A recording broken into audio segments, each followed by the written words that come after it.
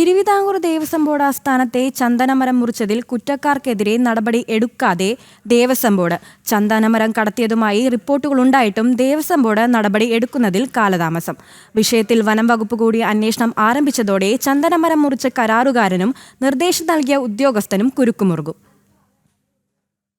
Nanthancode Devaswom board ആസ്ഥാനത്തെ കോമ്പൗണ്ടിലെ പാഴ്മരങ്ങളോ ചില്ലകളോ മുറിച്ചു നീക്കാൻ കരാറുകാരന് Devaswom board യാതൊരു നിർദ്ദേശവും നൽകിയിരുന്നില്ല. അരനൂറ്റാണ്ടിലേറെ പഴക്കമുള്ള ഒരു ചന്ദനമരം കണ്ടാൽ പാഴ്മരമാണെന്ന് തെറ്റിദ്ധരിക്കാൻ സാധിക്കില്ലെന്നും കഴിഞ്ഞ ദിവസം അസിസ്റ്റന്റ് കമ്മീഷണർ ദേവസ്വം ബോർഡ് കമ്മീഷണർക്ക് നൽകിയ റിപ്പോർട്ടിൽ പറയുന്നുണ്ട്. വിലപിടിപ്പുള്ള ചന്ദനമരം മുറിച്ചു മാറ്റിയത് അബദ്ധത്തിൽ സംഭവിച്ചതല്ലെന്നും തടി കടത്തുകയെന്ന കൃത്യമായ ആസൂത്രണത്തോടെയാണെന്നും വ്യക്തമാക്കുന്ന അന്വേഷണ റിപ്പോർട്ട് ജനം TV പുറത്തുവിട്ടിരുന്നു. ദേവസ്വം അസിസ്റ്റന്റ് കമ്മീഷണർ സമർപ്പിച്ച അന്വേഷണ റിപ്പോർട്ടിലാണ് കരാറുകാരന്റെയും തൊഴിലാളികളുടെയും ദുരൂഹ നീക്കങ്ങൾ വെളിപ്പെട്ടിരിക്കുന്നത്. എന്നാൽ സംഭവം നടന്ന ദിവസങ്ങൾ പിന്നിട്ടിട്ടും ദേവസ്വം ബോർഡ് കൃത്യമായ നടപടികൾ ആരോപണ വിധേയരായ ഉദ്യോഗസ്ഥർക്കെതിരെ എടുത്തിട്ടില്ല.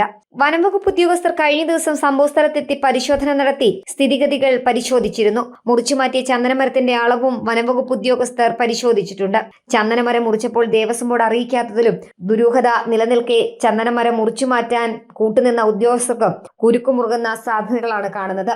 വിഷയത്തിൽ വനംവകുപ്പ് കൂടി അന്വേഷണം ആരംഭിച്ചതോടെ ചന്ദനമരം മുറിച്ച കരാറുകാരനും നിർദ്ദേശം നൽകിയ ഉദ്യോഗസ്ഥനും നടപടി നേരിടേണ്ടതായി വരും. ഈ മാസം 9-നാണ് ദേവസ്വം ബോർഡ് ആസ്ഥാനത്തെ ചന്ദനമരം മുറിച്ചു കടത്താൻ ശ്രമിച്ചത് ജനം TV പുറത്തു കൊണ്ടുവന്നത്.